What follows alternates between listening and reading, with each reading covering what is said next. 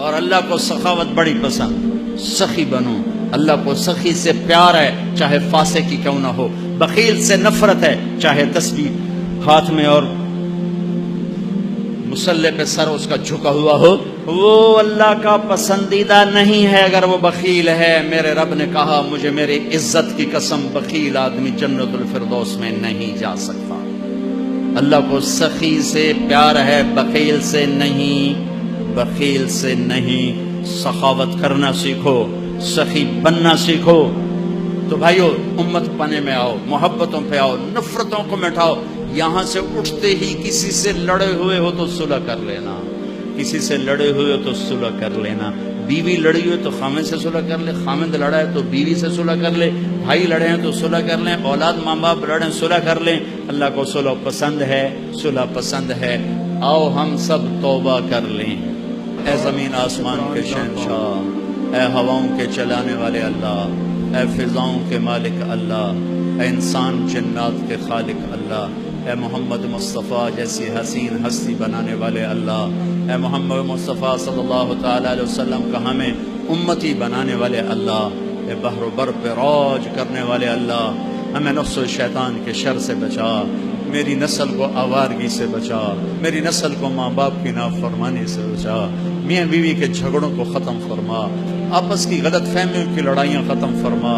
رشتوں کو مضبوط فرما، اپنے بندے بندیوں پر نظر کرم فرما۔ یا اللہ جو مقروض ہیں ان کے قرضے ادا کروا، یا اللہ جن کے بچے بچیاں جوان ہیں ان کے نیک رشتے مقدر فرما، بازاروں میں سچائی کو زندہ فرما، رزق حلال کی فضا بنا۔ یا اللہ پوری امت مسلمہ پر نظر کرم فرما، پوری دنیا کے اہل کفر کو بھی ایمان کی دولت نصیب فرما۔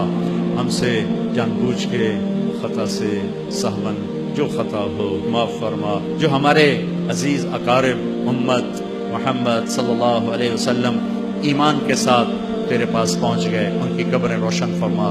اور جب ہمارے جانے کا وقت آئے تو ہمیں عافیت والی واپسی ہو،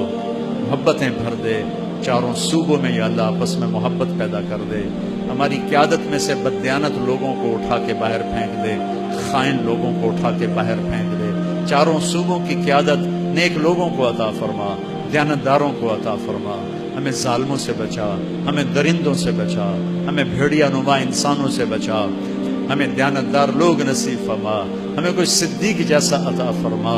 یا اللہ جو تیری محبوب کی امت کو کسی کنارے لگا سکیں، ہمیں یا اللہ ایسوں کے حوالے نہ فرما جو بھیڑ بکری کی طرح ہمیں بیچ دیں۔ یا اللہ جب سے اس دیش نے آنکھ کھولی ہے تو نے تو اسے رمضان کی مبارک گھڑیوں میں اسے وجود بخشا، تو نے تو اسے شب قدر کی گھڑیوں میں وجود بخشا، اور اللہ اس کی قبر روشن فرما جس نے اس کا نام پاکستان رکھا۔ لیکن میرے مالک ہم نے اپنے ہاتھوں سے اسے گندگی سے بھر دیا، اسے ظلم سے بھر دیا، ہم تیرے آگے بہت شرمندہ ہیں۔ یا اللہ